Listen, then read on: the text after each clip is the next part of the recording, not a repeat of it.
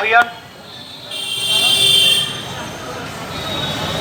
আমি মাহমুদুল হাসান, সরকারি তিতুমির কলেজ রাষ্ট্রবিজ্ঞান 17-18 ব্যাচের একজন শিক্ষার্থী।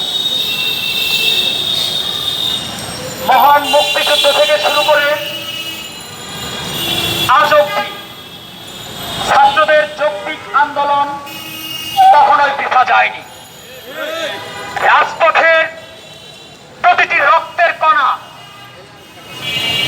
প্রতিটি ঘাম এখনো সাক্ষী, এবং তারা সাক্ষ্য দিয়ে যাচ্ছে ছাত্রদের অধিকার আদায়ে, নিজেদের দাবি আদায়ে, আপামর জনতার দাবি আদায়ে কখনোই তারা পিছপা হয়নি। তার প্রমাণ আপনারা দেখেছেন সর্বশেষ যে বৈষম্য বিরোধী ছাত্র আন্দোলন হয়েছে। আমি আজকে এই দাবি শুরু করার আগে বৈষম্য বিরোধী ছাত্র আন্দোলনে যারা নিজের জীবনকে বিপন্ন করেছেন আমাদের স্বার্থে, যাদের আত্মত্যাগের বিনিময়ে দ্বিতীয় মুক্তিযুদ্ধ হিসেবে যাকে আপনারা খেতাব দিয়েছেন, সেই 2024 সালে নিজের ভাষা, নিজের বাক স্বাধীনতা এই প্রেস ক্লাবে এসে ব্যক্ত করতে পারছি, তাদের সম্মানে। এবং এই বৈষম্য বিরোধী আন্দোলনের সরকারি তিতুমির কলেজের একজন গর্ব, সেই হচ্ছে শহীদ মামুন। তিনি আমাদের রাষ্ট্রবিজ্ঞানের একজন মেধাবী ছাত্র ছিলেন। আমরা একসাথে একযোগে মাঠে আন্দোলন করেছি।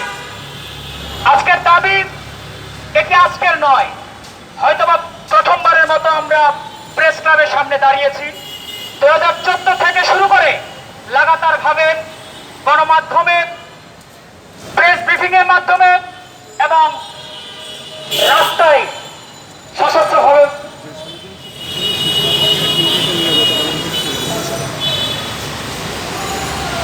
আমি আপনাদেরকে আরেকটা আগাম বার্তা জানিয়ে দিতে চাই। সেটি হচ্ছে, ইতিমধ্যে আমরা সাধারণ ছাত্রছাত্রীদের স্বাক্ষরিত সেই স্মারকলিপি আমাদের মাননীয় প্রধান উপদেষ্টা, গণভবন থেকে শুরু করে সচিবালয়, প্রত্যেকটি বঙ্গভবন, প্রত্যেকটি জায়গায় আমরা আমাদের দাবিগুলো এবং স্মারকলিপিগুলো পৌঁছে দিয়েছি। থানাতে অবগত করা হয়েছে ইতিমধ্যেই। এই দাবি যদি আদায় হয়, মূলত আসলে লাভটি কার এবং লসটি কার, সেটি এখন দেখার বিষয়। আমি লাভের আগে লসের কাতারে যেতে চাই, কারণ বিগত শাসন শোষণে সবচেয়ে বেশি যদি নিপীড়িত হয়ে থাকে সেটি হচ্ছে সরকারি তিতুমির কলেজ। যৌক্তিক দাবি নিয়ে আমরা মাঠে দাঁড়াতে পারিনি, কারণ সরাসরি সামনে থেকে যদি গলা টিপে ধরা না হতো, কোনো না কোনো ভাবে আমাদেরকে থ্রেটমূলক ভাবে হোক, যেভাবে হোক আমাদেরকে চেপে ধরা হতো, এবং রাস্তায় নেমে কখনো বলতে পারতাম না 63 হাজার এই ছাত্রছাত্রী বিশিষ্ট একটি প্রতিষ্ঠান বিশ্ববিদ্যালয়ে রূপান্তর নেই। কেন বলতে পারতাম না? কারণ আমরা ঢাবির আগ্রাসনে রয়েছি, ঢাকা বিশ্ববিদ্যালয়ের আগ্রাসনে রয়েছি। তারা চায় না এই শিক্ষা নামক বাণিজ্যটা বন্ধ হয়ে যাক। আমরা আমাদের দাবি শুরুতেই বলেছি, আমাদের ব্যানারেও রয়েছে, শিক্ষা নিয়ে কোনো প্রকার কোনো বাণিজ্য গ্রহণ করা হবে না। বাংলা ছাত্র সমাজ অন্যের বিপক্ষে শক্তি হয়ে মাঠে কিন্তু নেমেছিল, এখনো সময় রয়েছে, এবং সামনে আপনারা দেখতে পারবেন।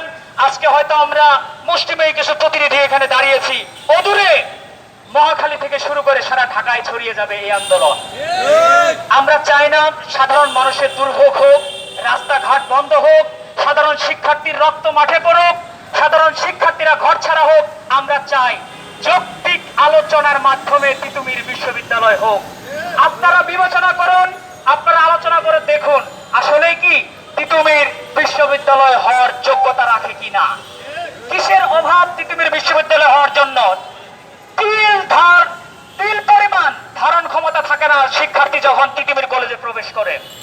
এত পরিমাণ শিক্ষার্থী এক একটা ডিপার্টমেন্টে আপনারা বন্দি করে রেখেছেন। একটা বিল্ডিং এর ভেতর আপনারা রেখেছেন 5টা 7টা করে ডিপার্টমেন্ট, যেখানে আসলে শিক্ষার পরিবেশ নেই। শিক্ষকের বাণিজ্যিকীকরণ যদি বন্ধ করা হয়, প্রত্যেকটি মেধাবী শিক্ষার্থী পৃথিবীর থেকে বের হবে। এখন পর্যন্ত হলের পরিবেশ ফেরানো সম্ভব হয়নি, এখন পর্যন্ত শিক্ষার পরিবেশ ফেরানো সম্ভব হয়নি, কিন্তু পৃথিবীতে গিয়ে দেখুন কত সুন্দর গোছানো এবং ছাত্রছাত্রীদের একটা মেলবন্ধন পৃথিবীর অবস্থান করছে। এটি আমাদের ভালোবাসা। আপনাদের এই যৌক্তিক দাবির সাথে একত্রতা প্রকাশ করার জন্য আবারও আহ্বান করছি। এই মুহূর্তে আমাদের মাঝে বক্তব্য নিয়ে আসছেন সরকারি তিতুমির কলেজের মেধাবী